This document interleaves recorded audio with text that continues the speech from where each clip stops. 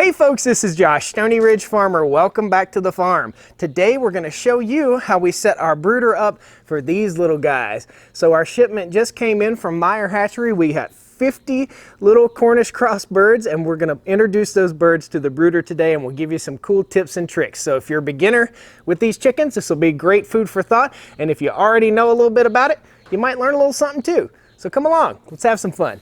All right?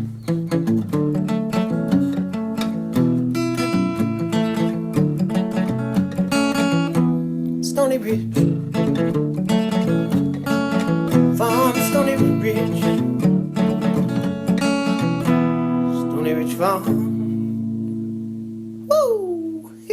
Okay folks, so let's first talk about some of the supplies that you're going to need to have on hand when you get your baby birds. And it's a good idea to have all these supplies on hand prior to getting your baby birds. You're going to need to address their warmth. You're going to need to address a nice dry place for them to be, food and water. Just like a baby, you got to take care of them like a baby. You want to keep the temperature somewhere between 80 and 95 degrees for the first couple days, and then you can slowly back off on the temperature inside the brooder.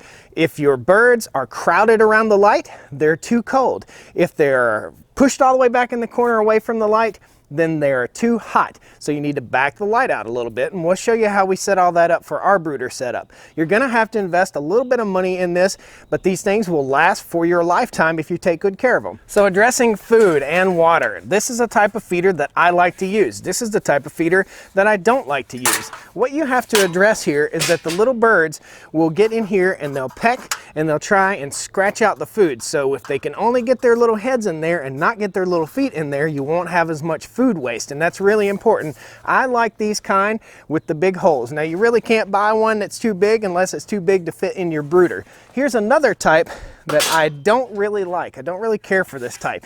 This has the little spinner in it.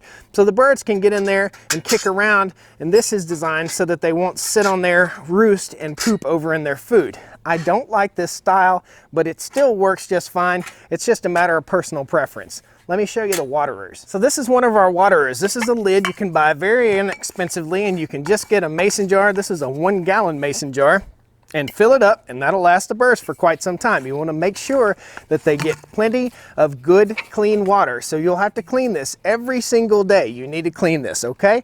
Now, if you're going to use this kind of water or any kind of water, I fully encourage you to do just what I did.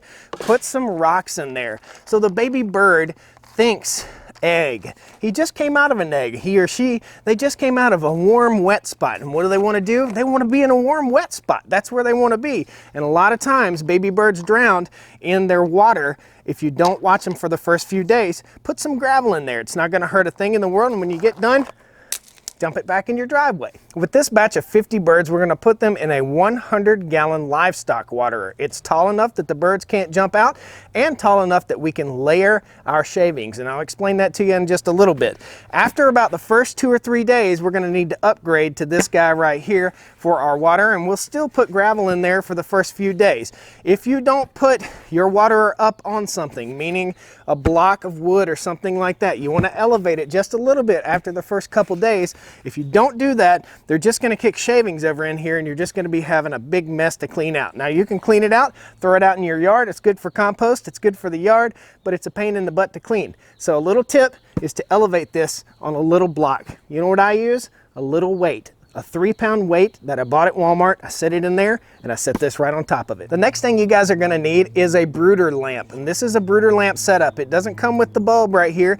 You can use a regular 100-watt incandescent bulb, just a straight up light bulb in here, or we have a 250-watt brooder lamp bulb right here, and they come in a red and they come in a clear. I see no difference, and I like the clear. If you guys know of a difference, please post it down there in the comments. You want to make sure if your birds are huddled under this light, it means they're too cold. You want to bring that light down a little bit closer, but you got to be careful because there's a fire hazard here. If this light bulb falls off, or if this thing unclamps itself and falls off in there, it can start a fire. So you got to be careful. Keep this little cage on it. That's what that's for. This thing gets really, really hot. Here's a couple optional tools that we'll show you how we use. This is a little spring clamp, and this is an 8-inch C-clamp. We'll show you how we use that on the brooder. So come on, let's get down in the brooder. I'll show you how we set it up. So this is what we use as our brooder. This is a 100-gallon Tartar Farm and Ranch livestock tank, and you can pick this up at most of your farm stores. And what we do is we take our C-clamp and our little spring clamp and we clamp it right on to the side of here. So we take our C-clamp, we clamp it on there firmly, just like so, and this gives us an attachment point for our brooder lamp, and we'll use this later too. I almost totally forgot to tell you guys, we need pine shavings. So we don't use cedar shavings because the smell is fairly noxious and the birds will be right down there in the shavings having to smell that noxious smell. It does cut down on the funkiness of your brooder, but the birds, I don't think they really like it. So we'll put this in here. This is pine bark shavings. We'll probably use this one bag the whole time that we have our birds in the brooder. And what we want to do is basically cover the entire bottom of the brooder, and once it gets dirty, once it needs to be cleaned, we'll just put another layer about that thick of these pine bark shavings, and we'll continue to do that while the birds are in the brooder unless it gets absolutely disgusting. Then we'll move them out, clean it out, and put all new shavings. But you can just layer them, layer on top of layer on top of layer. You'll build a layer about that thick, and you can spread that on a bad spot on your land or on your farm or in your garden. So here's where having the clamp pays off, and this is what you're here for, just to see how somebody else sets it up. Basically, we take our brooder lamp, which we've wrapped our cord up, which is a pain in the buttocks. Take our brooder lamp just like this, and we'll clamp it right on to here, and that gives us a good mounting point. And as time goes on, we can take loose this clamp, and this disassembles right here, and all we'll have to do is take our cord and we can move it up. So for right now, we're going to be down low, but later on, we're going to be moving up further and further away, and that's when this little clamp comes into play. So you'll take your little clamp and you'll clamp your wire just like that. I recommend that you wrap your wire a couple times around the C-clamp and then put this little clamp on it, and that'll hold it in place, taking the heat away from the birds. And we'll spread out all of our shavings right now. That's how we put our shavings in, just enough to cover the bottom. Now here's some food for thought. If you've got your C-clamp in the center and you find that your birds are crowding into a corner, then you want to move your C-clamp over so that your brooder lamp is kind of over in a corner like this right here, so that your birds don't overheat and they have a place to escape to get away from the heat if they need to. If the birds are panting, if they're running away, then they're burning excess energy and you're risking their lives by giving them too much heat. So we've got our clamp in place, we've got our brooder ready, we've got our shavings in. It's time to get the baby birds food and water. Here is our waterer.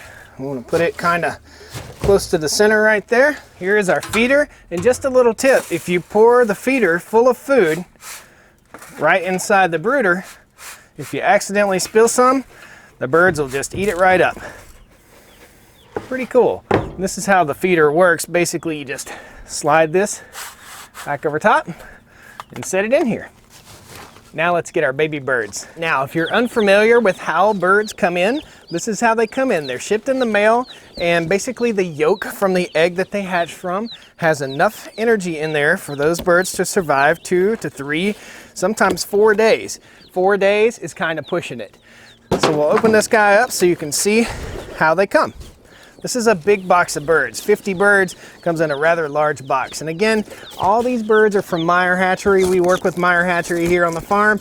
We've found that their birds have been the healthiest. We've actually visited the hatchery. There'll be a link to that video right up here so you can watch it afterwards. So here's what we have. These are our babies. They all come in just like this. Healthy, happy, huddled together, just like so. Very, very cute. So we'll start introducing them into the brooder here. Word to the wise guys, set your box down inside your brooder or close to it if you possibly can. You don't want to accidentally drop one of these little baby birds because it will harm them. So if you have children, please be careful and don't let them handle the birds until they understand the rules that these little birds are very tender, very little, tiny little creatures. For the sake of this video, we are doing this in the sunshine, but typically you'd never do this in the sunshine. It's okay for these birds to get a little direct sunlight. It won't hurt them, but you got to be careful and you don't want to overheat them. This is going to be a crowd of birds in this little brooder for the first few days, but they'll be ready to go out into the yard fairly quickly. These are the Cornish cross meat birds. This will be our chicken, our meat for our family for the year. 50 birds. And we'll give some to neighbors. Here's what the empty box looks like. And you got a little bit of chicken poopy in there. It's all good. You can also use this bedding, these little bedding mats. If you wanted to, you can reuse them in your brooder. Really quickly, I'm gonna show you how we train the birds to drink water. Look at this guy, healthy little guy, he's ready to eat. So if your birds aren't immediately going to the water, the best thing to do is just take their little beaks and just dip it right into the water right there, and then they'll know to go back to the water. Pretty cool, huh? Guys, what you need to know is that these baby birds are inquisitive little critters. They'll be over here pecking at every little thing there is. So you want to make sure that your brooder is nice and clean, so these little guys have a nice clean place to live. What we'll do over time, and you can see they're already starting to eat, very healthy batch of birds. So what we'll do over time is just put a new layer of shavings right down on top of this. Once these shavings are dirty, we'll put a new layer. We'll move the water to different places throughout here because it will inevitably get a little water down in the shavings, and we don't want the whole thing to be soaked just in one spot. These birds will do absolutely fabulous. They are Cornish cross meat birds again, and they'll be ready for harvest somewhere in the 7 to 8 week range.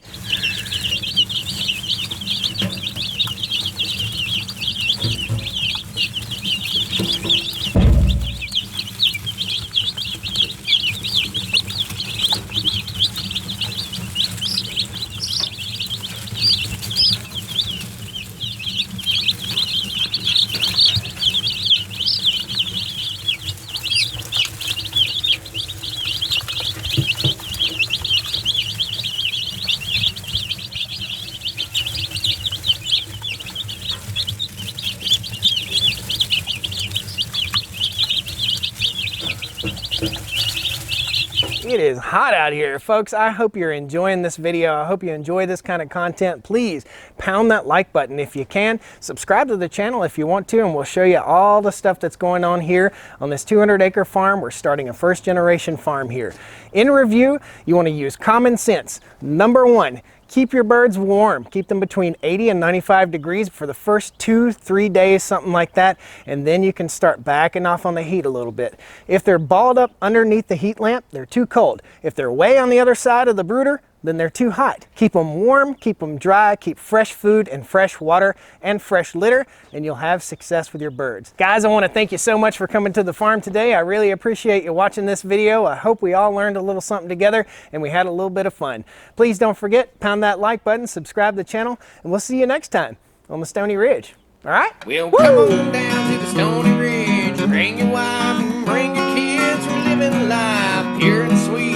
That's the way it's supposed to be, Stoney Ridge.